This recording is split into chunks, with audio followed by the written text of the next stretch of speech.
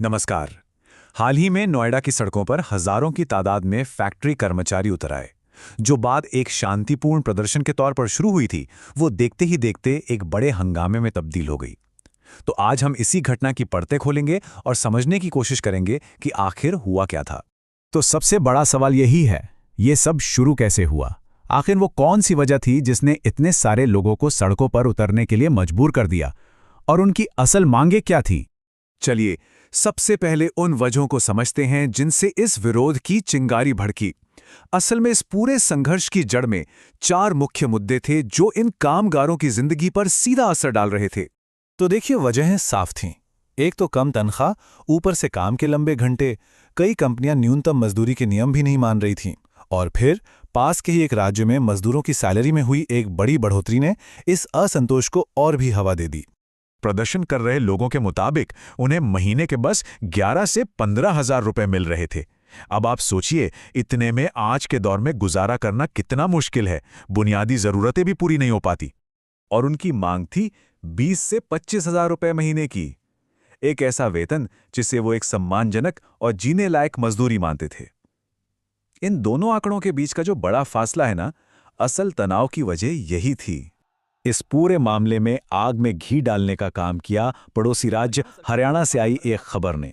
वहां के मजदूरों की सैलरी में 35% का इजाफा हुआ था। अब जब नोएडा के मजदूरों तक ये खबर पहुंची तो जाहिर है उनमें भी इसी तरह की मांग ने जोर पकड़ लिया।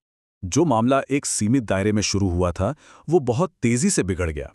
बात नियंत्रण से बाहर हो गई और इसने एक हिंसक मोड़ ले लिया। हालात दिन ब दिन बिगड़ते गए। पहले दिन जो शांतिपूर्ण प्रदर्शन फैक्ट्री के अंदर हो रहा था, वो दूसरे दिन सड़कों पर आ गया। तीसरे दिन सड़कें जाम हो गईं और चौथे दिन तक आते आते मामला हिंसा और तोड़फोड़ तक पहुंच गया। और फिर वो मोड़ आया जहां से सब कुछ बदल गया। कारों को आग के हवाले कर दिया गया, पत्थरबाजी हुई, पुलिस के बैरिकेड तोड़ दिए गए। बस यहीं से इस विरोध का पूरा स्वरूप ही बदल गया।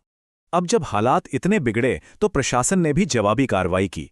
जमीन पर बल प्रयोग हुआ और साथ ही एक कहानी सामने रखी गई कि इस हिंसा के पीछे आखिर जिम्मेदार कौन है।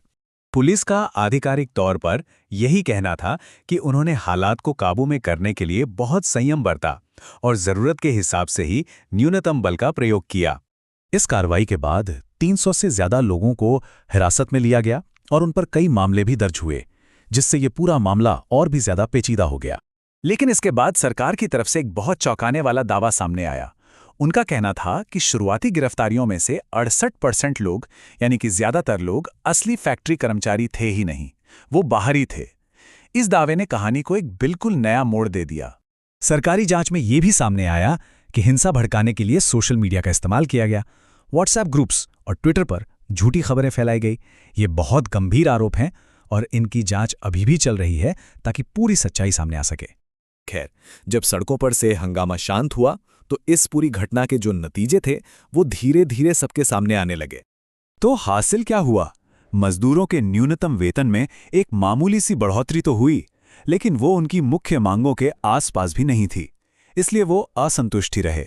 वहीं हंगामे की वजह से कई फैक्ट्रियों को अपना काम बंद करना पड़ा और शहर की रफ्तार भी कई दिनों तक थमी रही। तो अंत में नोएडा की ये घटना अपने पीछे एक बहुत ही उलझा हुआ सवाल छोड़ जाती है। क्या ये वाकई में सिर्फ अपने हक और उचित वेतन के लिए एक मजदूर आंदोलन था, या फिर इसके पीछे कोई बाहरी साजिश थी? ये एक ऐसा सवाल है जिसका जवाब शायद इतनी आसानी से नहीं मिलेगा, लेकिन ये हमें श्रम, अधिकार और सच्चाई के बारे में गहराई से सोचने पर मजबूर जरूर करता है।